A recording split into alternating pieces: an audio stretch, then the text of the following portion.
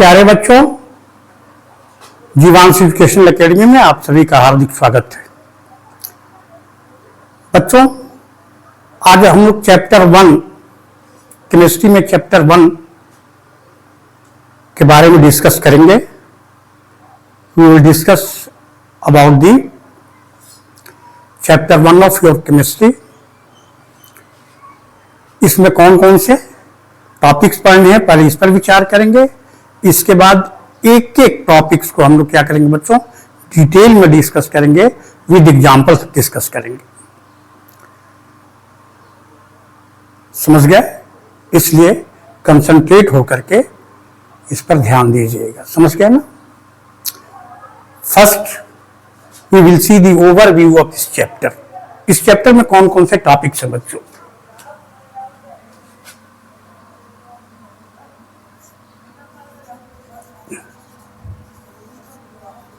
Chemistry chapter 1,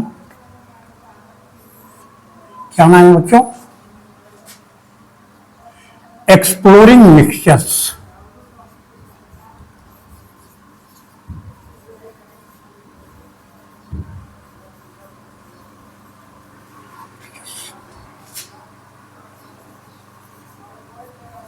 and their separations.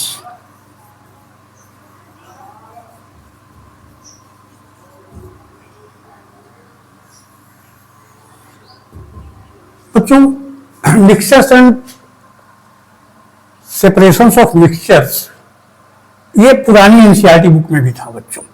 समझ गए ना?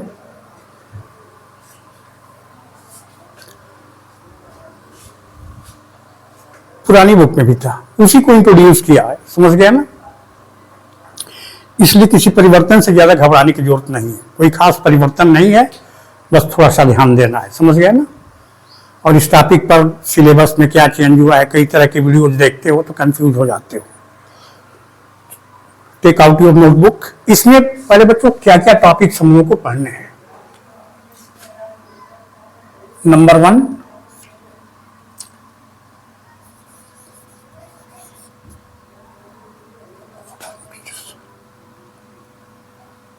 what are mixtures?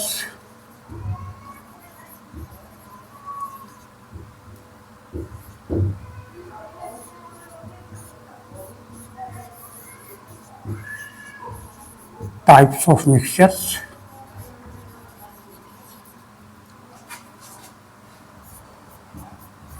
homogeneous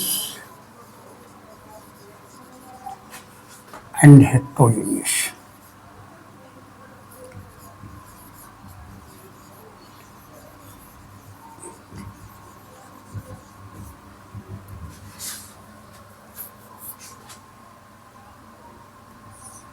इसके बाद है बच्चों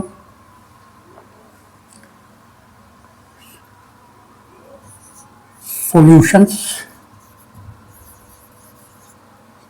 इसमें दो तरह के सॉल्यूशंस के बारे में बच्चों पढ़ना है, सस्पेंशंस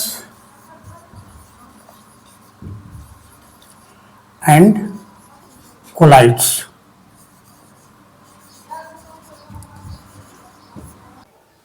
चौथा है बच्चों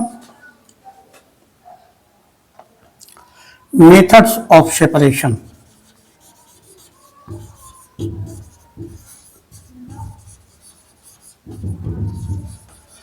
How the constituents of a mixture are separated. समझ गए ना? इस methods of separation में पढ़ना है filtration,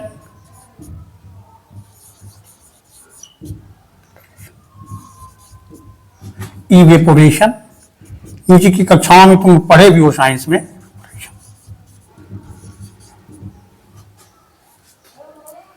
distillation,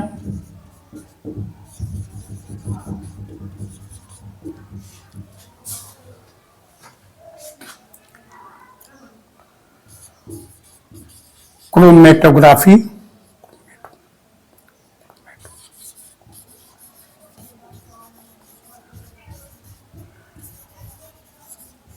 centrifugation. These all are the techniques of separating the components of a mixture. मिश्रण के अवयवों को अलग करने की क्या है बच्चों, टेक्निक है ये। इसके बाद इस चैप्टर में पढ़ना है बच्चों physical and chemical changes,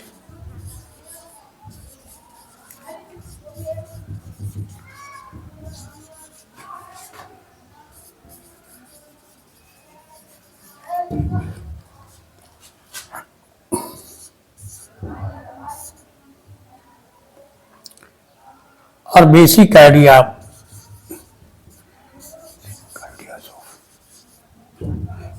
ideas of elements, compounds and mixtures.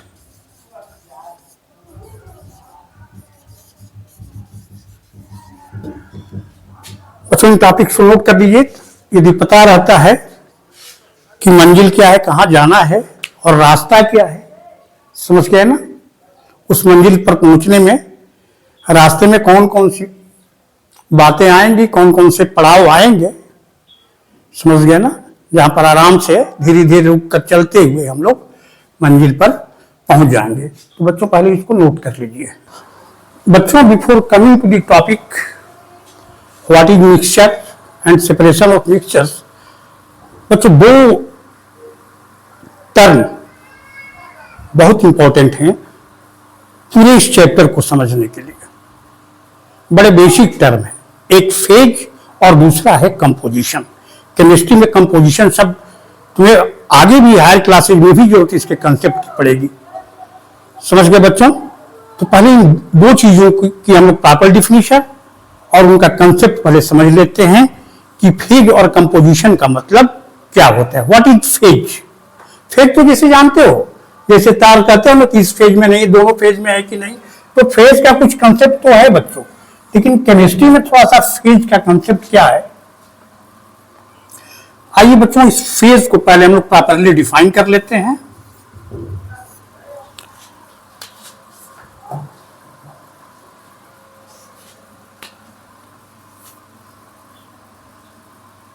A phase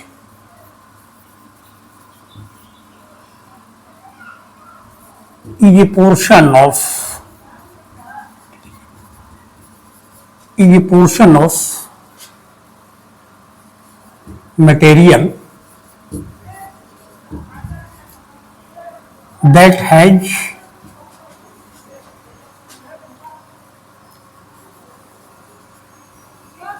uniform composition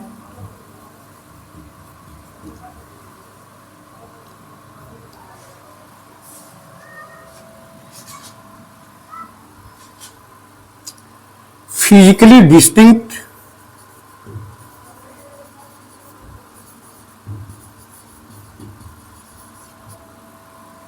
and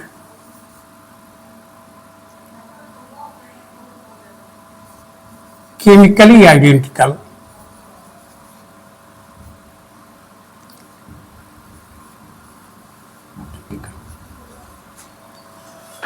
A phase is a portion of material that has uniform, एक एक वर्ड पर बच्चों हम समझाएंगे, एक्सप्लेन करेंगे। यूनिफॉर्म कंपोजिशन का मतलब क्या है, फिजिकली डिस्टिंक्ट का मतलब है, और केमिकली आइडेंटिकल है। यूनिफॉर्म कंपोजिशन, इसको केमिकली यूनिफॉर्म भी कह सकते हैं बच्चों। यूनिफॉर्म कंपोजिशन का मतलब क्या कर यहां लिख सकते हैं, दैट इज केमिकली यूनिफॉर्म। ऐसे भी कर सकते हैं यूनिफॉर्म, समझ गए ना, यूनिफॉर्म कंपोजिशन ऐसे भी यहां लिख सकते हैं। एंड कुछ इसमें chemically identical and often mechanically separable.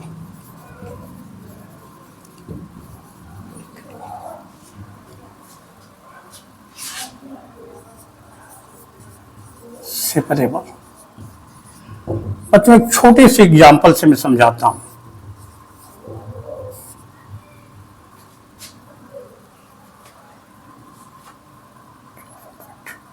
A mixture of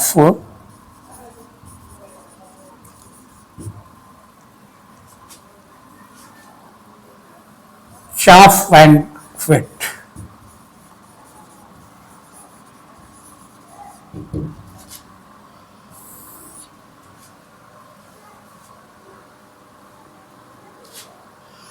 बच्चों बताइए, कहीं से भूसा आप उठाइए, समझ गए, भूसे में गेहूं है, कहीं से भूसा उठाइए तो उसमें कहीं कम गेहूं होगा, कहीं ज्यादा होगा ना, समझ गए, तो क्या हो जाएगा, वो यूनिफॉर्म कंपोजिशन नहीं होगा, समझ गए ना। हाँ, भूसा अलग हो जाए तो भूसा एक अलग फेज हो गया, गेहूं हो जाए पूरा अलग तो गेहूं एक अलग फेज हो गया, समझ गए बच्चों। यूनिफॉर्म कंपोजिशन नहीं है, फिजिकली डिस्टिंक्ट है। जैसे देखते ही, फिजिकली का मतलब क्या होता है बच्चों, फिजिकली शब्द, फिजिकल शब्द जहां भी आता है भौतिक, उसका मतलब क्या है, मैटर क्या है, हमारी चारों तरफ की वे सारी चीजें जिससे हम अपने ज्ञानेंद्रियों द्वारा क्या करें, देख सके, स्पर्श कर सके या गंध से पहचान सके, समझ गए ना। हमारी ज्ञानेंद्रियों द्वारा any one of our sense organ क्या होती है, जिसकी अनुभूति होती है हमारे चारों तरफ की चीजों की, उन्हीं को हम क्या कहते हैं, मैटर कहते हैं, समझ गए बच्चों। मटेरियल शब्द भी होता है, बताएंगे बच्चों मटेरियल शब्द मतलब क्या होता है। केमिकली आइडेंटिकल, अब बताइए बच्चों, बताए ना, गेहूं अलग फेज हो जाएगा और भूसा अलग फेज हो जाएगा, समझ गए। अब बताइए भूसा क्या है, भूसा की केमिकल प्रॉपर्टी अलग होगी और गेहूं की केमिकल प्रॉपर्टी क्या होगी, अलग होगी, दो अलग अलग फेज में हो गए, एंड ऑफन मैकेनिकली सेपरेबल। अब बताइए मैकेनिकल का मतलब क्या है, वो साधन कर दे बच्चों, समझ गए ना, या पंखे से हवा देकर के भी क्या करते हैं, वो सावन जिसको कहते हैं करते हैं, तो भूसा अलग हो जाएगा, गेहूं अलग हो जाएगा, समझ गए। एक आसान एग्जांपल से समझ सकते हो फेज को। A phase is a portion of a material. अब मटेरियल शब्द का बच्चों उपयोग कहां होता है देख लीजिए, नोट कर लीजिए इसको। The word material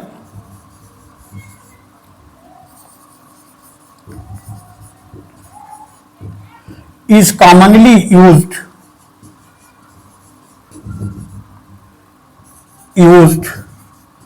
for all kind of substances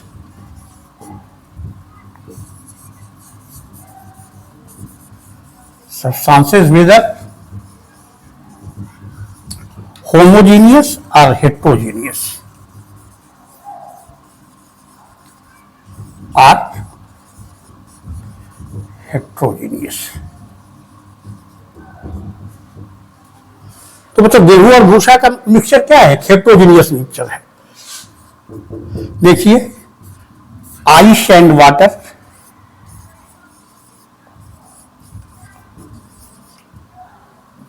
क्या करेंगे, बर्फ के टुकड़े हैं पानी में तो क्या करेंगे, छान देंगे पानी को, तो आइस और वाटर मैकेनिकली सेपरेबल हो जाएंगे।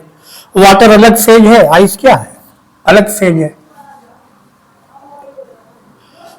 वाटर की कंपोजिशन क्या होगी, अलग होगी, आइस की क्या होगी, हालांकि आइस भी क्या है, हाइड्रोजन ऑक्सीजन से भी बना हुआ है, और वाटर भी क्या है, लेकिन बना तो है सेम एलिमेंट से, लेकिन एलिमेंट का अरेंजमेंट क्या है, पानी में, समझ गया ना, जैसे हाइड्रोजन और ऑक्सीजन एटम से मिलकर बना है, तो अरेंजमेंट जो है, आइस में मॉलिक्यूल्स का अरेंजमेंट क्या होता है, क्लोजली पैक्ड होते हैं, इंटरमॉलिक्यूलर फोर्स ज्यादा होता है, इसमें इंटरमॉलिक्यूलर फोर्स क्या लगता है, कम लगता है।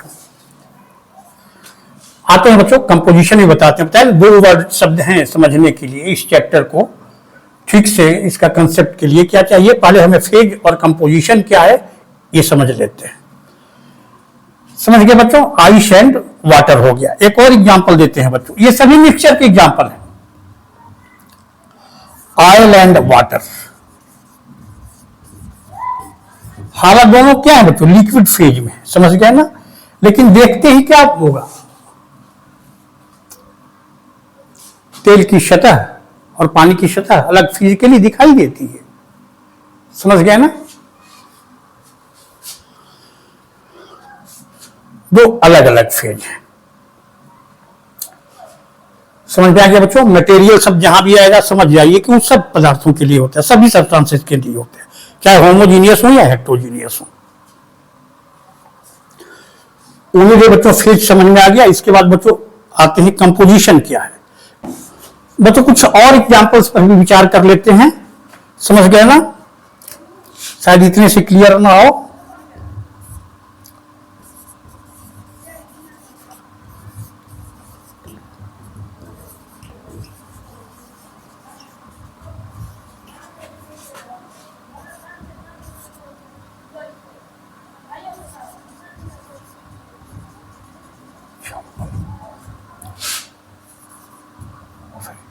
Single phase,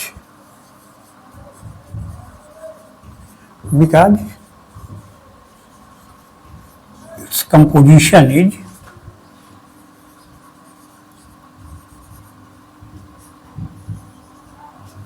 uniform throughout.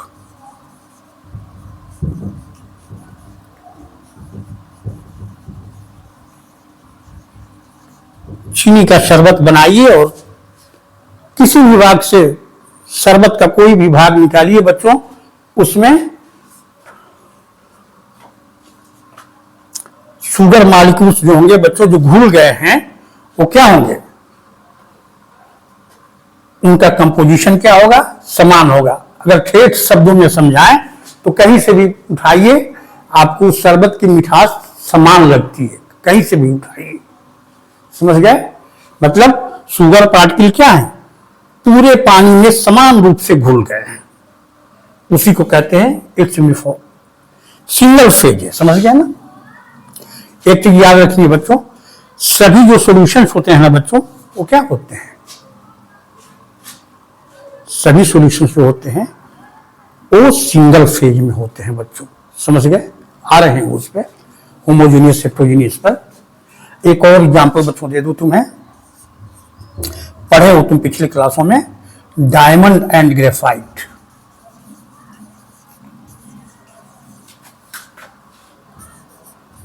Graphite are two allotropes of carbon, are two allotropes of carbon, but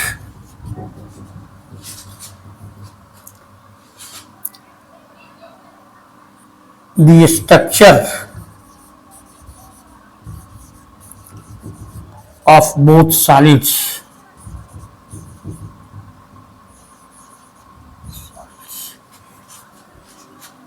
is different। लेकिन दोनों का स्ट्रक्चर क्या होता है? डायमंड हार्ड होता है, ग्रेफाइट सॉफ्ट होता है। नहीं, ये इलेक्ट्रिसिटी का ग्रेफाइट क्या है? दोनों कार्बन से ही बने हुए हैं, दोनों में क्या है? कार्बन है। लेकिन डायमंड एक अलग फेज हो गया, ग्रेफाइट क्या हो गया? एक अलग फेज हो गया। Structure of both solids is different, hence they are two different solids phase. Solids phase. तुम डायमंड और ग्रेफाइट को छू करके, टच करके भी बता सकते हो। यही नहीं हुआ? फिजिकली लिखे है ना?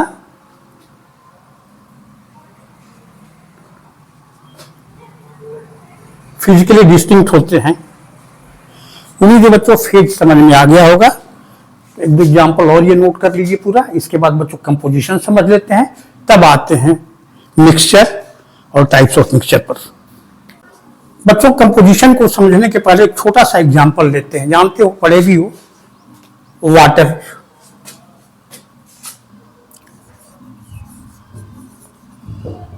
अ वाटर मॉलिक्यूल जानते हो ना? अ water molecule consist of hydrogen and oxygen atom. जानते हैं? और वाटर के एक मॉलिक्यूल में बच्चों, जानते हो मॉलिक्यूलर फार्मूला ये है क्या है, किससे बना है, हाइड्रोजन और ऑक्सीजन से। और हाइड्रोजन और ऑक्सीजन का वाटर में रेशियो क्या होता है, 2 हाइड्रोजन एटम्स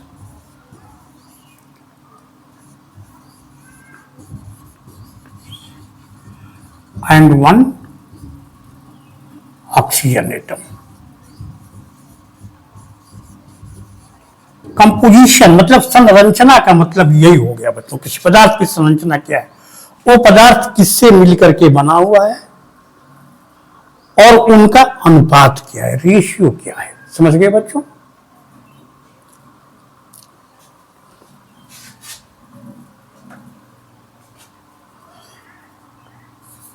केमिकल कंपोजिशन का मतलब क्या है,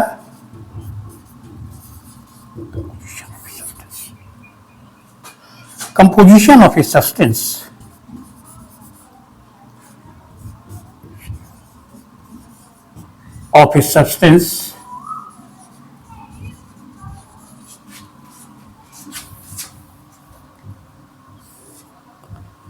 indicates that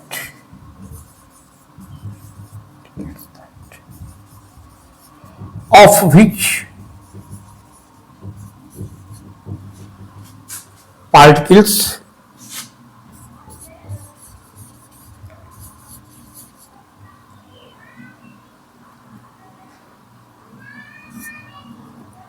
हर चीज क्या है बच्चों, एटम से मिलकर बनी हुई है।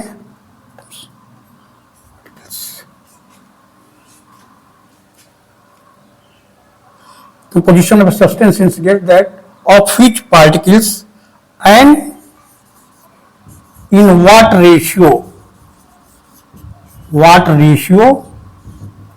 or percentage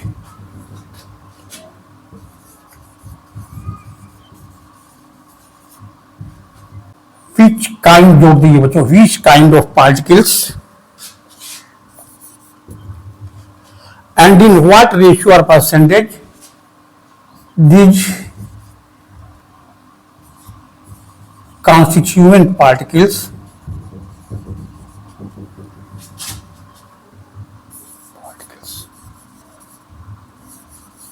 are present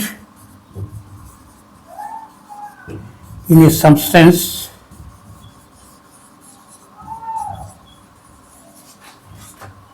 is known as its composition.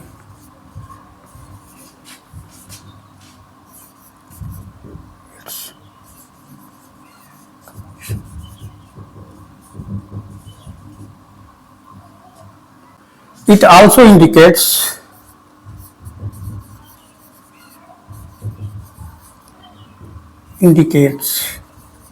the arrangement of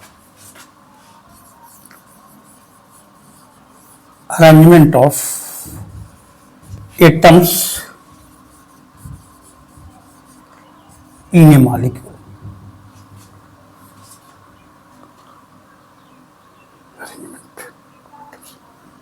मतलब स्ट्रक्चर, कहने का मतलब बनावट कैसी है, स्ट्रक्चर।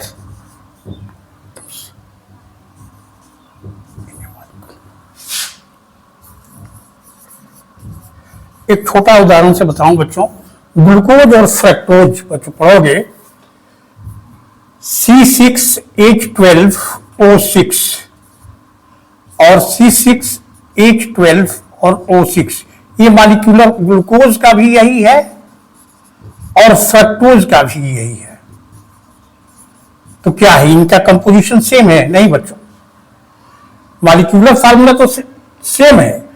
और क्या है, 6:12 और 6 रेशियो में क्या है, इसमें भी है।